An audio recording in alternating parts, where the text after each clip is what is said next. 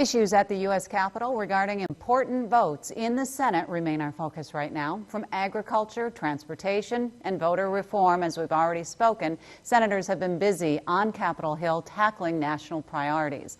We're bringing in Minnesota Senator Tina Smith, who is the new chair of a Senate Rural Development and Energy panel. Senator, before we get to the current work at hand, yesterday's failed vote in the Senate for voter reform is still what is being talked about today. You, of course, voted for the reform, as all Senate Democrats did, and all Senate Republicans did not. Where does voter reform go from here? Some people are saying it's dead in the water. It's a big issue. Well, thank you, Betsy, and it's great to be with you. You know, I think about this bill on voting rights that we passed yesterday as basically bringing to the rest of the country many of the things that we already do in Minnesota to make sure that people have fair and easy access to voting if they're citizens. It was disappointing that we weren't able to make headway yesterday. Really, really disappointing. But we're not going to give up. We have to keep fighting on this. It should not be possible for state legislatures around the country to pass laws that make it harder for people to vote rather than easier for citizens to vote. And that's what this fight is really all about. We're going to have to figure out a path forward. All 50 Democrats voted for this legislation. All 50 Republicans voted against it. And I think that is a real shame, but we're going to have to keep working on it. Of course, Republicans saying this isn't about making it easier. It is more about the access for people who maybe are not legal citizens in the United States. And so there's so many different layers to this, and it isn't that simple. So what is the next step for Democrats on this since the bill failed? Well, you're right. It isn't that simple. I think that this is about setting basic national standards to make sure that citizens are allowed to vote. And that's what I'm dedicated to and what I think this legislation would happen. I have to say, Senator Klobuchar, our great senator from Minnesota, has been a strong national leader on this. And she's going to continue pushing. She's talking about having field hearings around the country. We are also talking about whether or not we can break this bill apart and take pieces of it and pass them separately. The path we're going to have to figure out in the coming weeks. But I really do believe that access to the ballot box for citizens of this country should be a bipartisan issue. And it's really a shame to see that that's not the case in the United States Senate today. Something else that's a top priority is infrastructure. Senator Smith, how to fund it happens to be the latest issue that has it kind of gridlocked.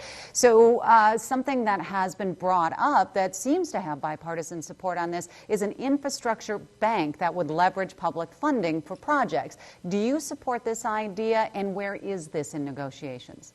Yeah, well, first let me say that I am really glad to see the bipartisan work that's happening between Republicans and Democrats to try to find a way of getting an agreement on roads and bridges and broadband, and I support that work. I don't think that it's going to be enough. I think we're going to have to do more, but I think that it's a good thing.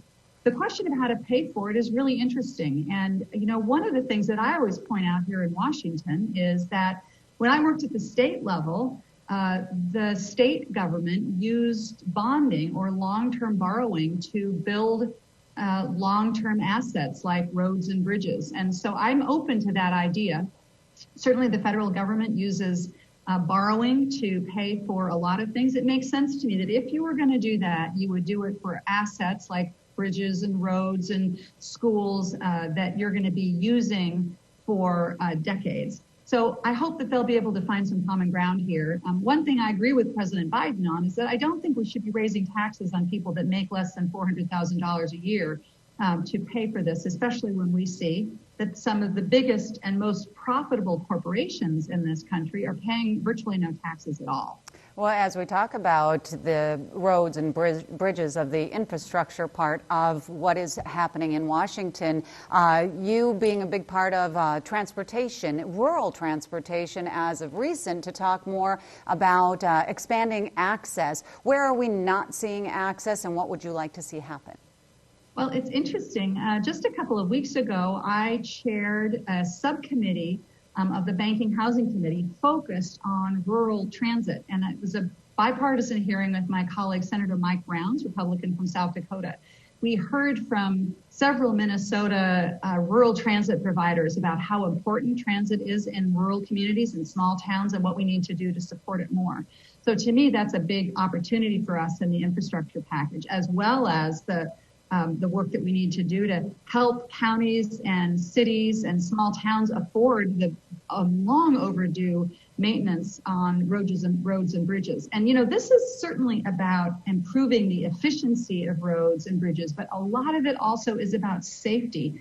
Nobody understands that better than people that are driving on country roads and understand the hazards of high speeds and the dangers of accidents that we need to manage. And we can do that by helping to get states and local communities the resources they need to make these improvements. It's very hard to do this all on your own when you are a mayor or a city council of a small town or a township even. And I think that this is something that the federal government should step in and be a good partner on. Senator Tina Smith, you have a lot to do. With that, I will let you get to it, and I thank you for your time today.